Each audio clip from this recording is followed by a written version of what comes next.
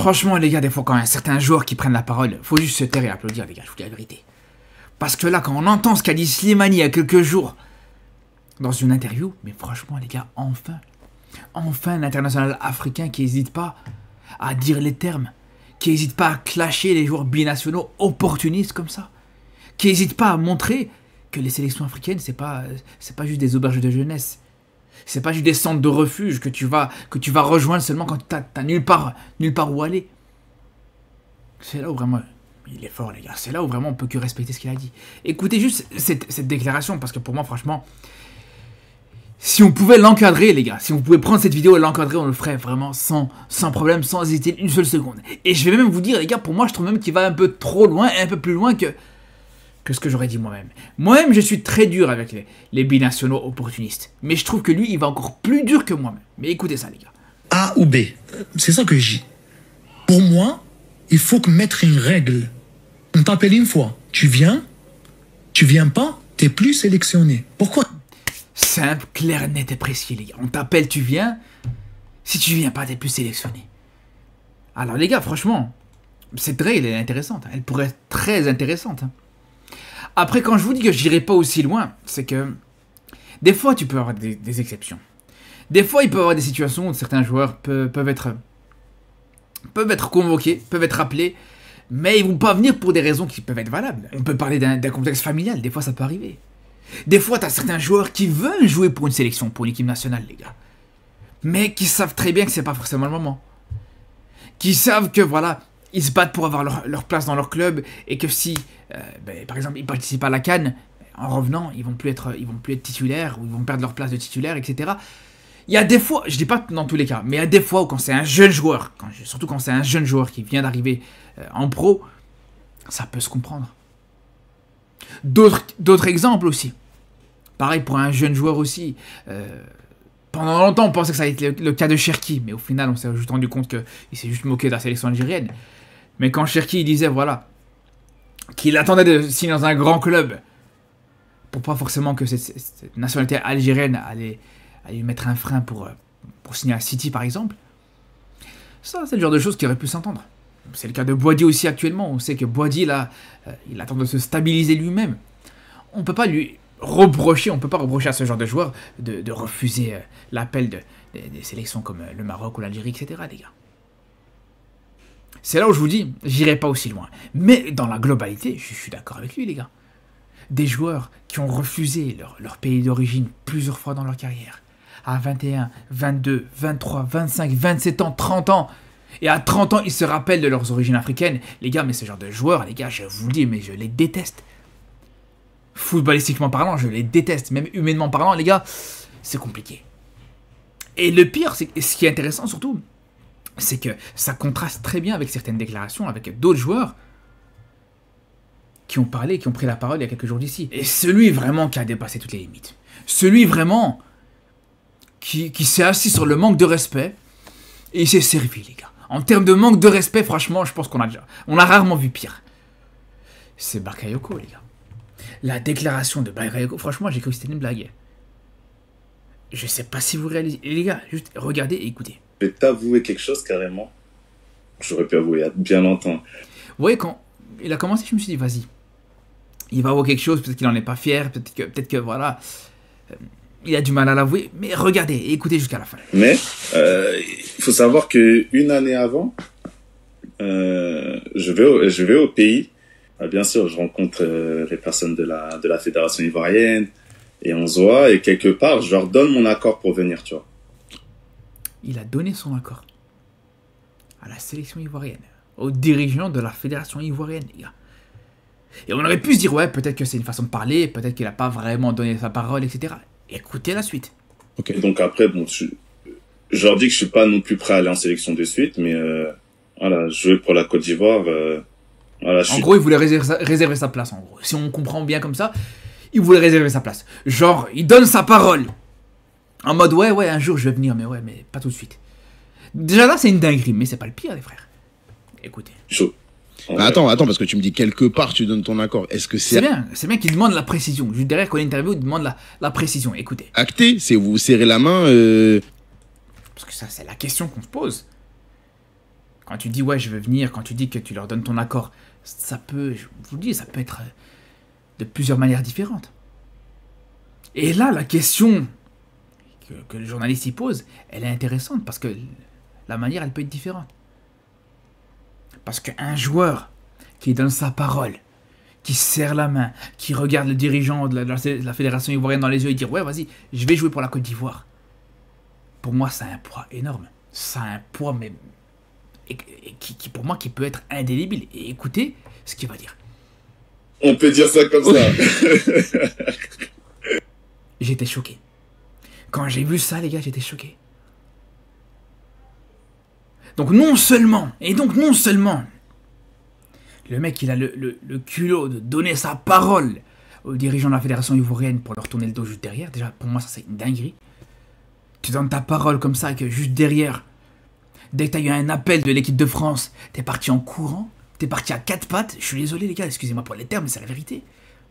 Comme un petit toutou, il est parti jouer en équipe de France.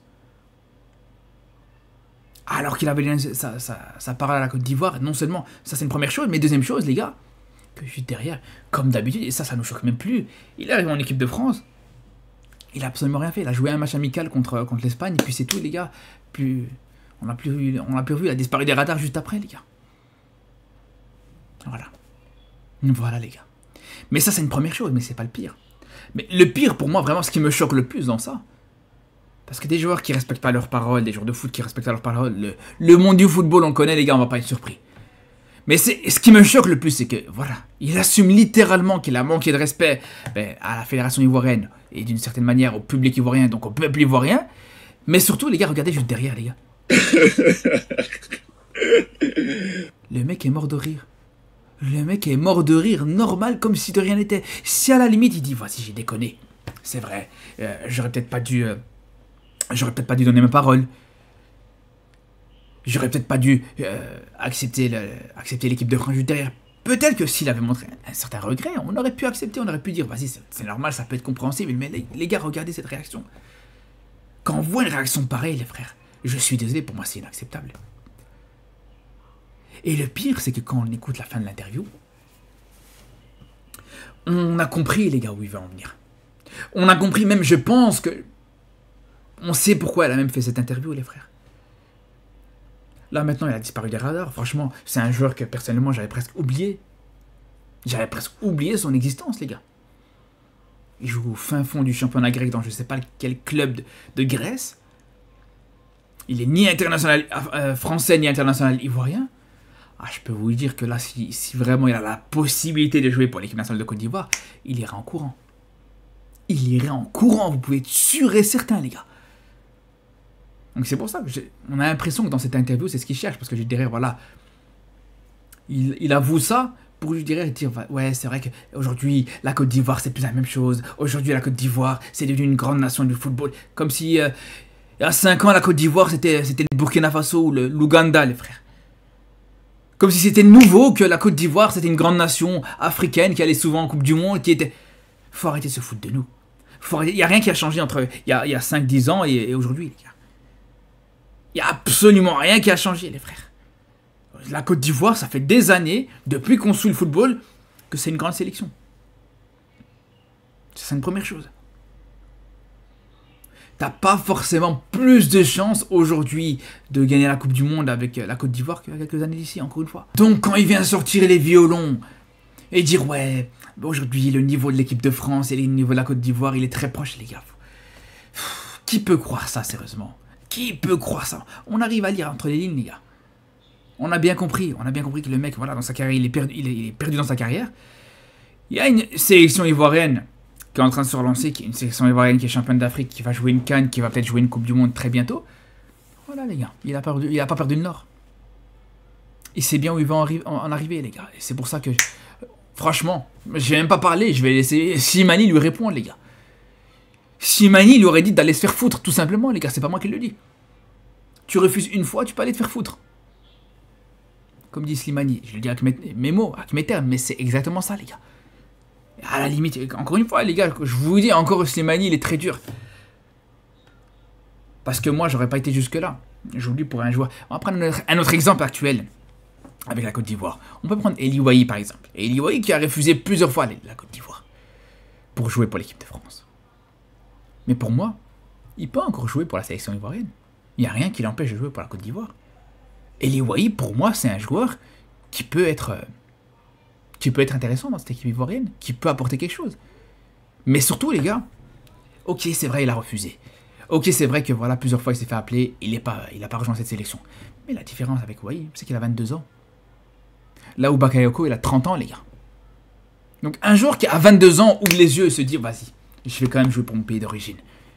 C'est vrai que bon, je me suis enflammé, j'ai voulu jouer pour l'équipe de France, etc. Mais vas-y, je vais quand même jouer pour mon pays d'origine.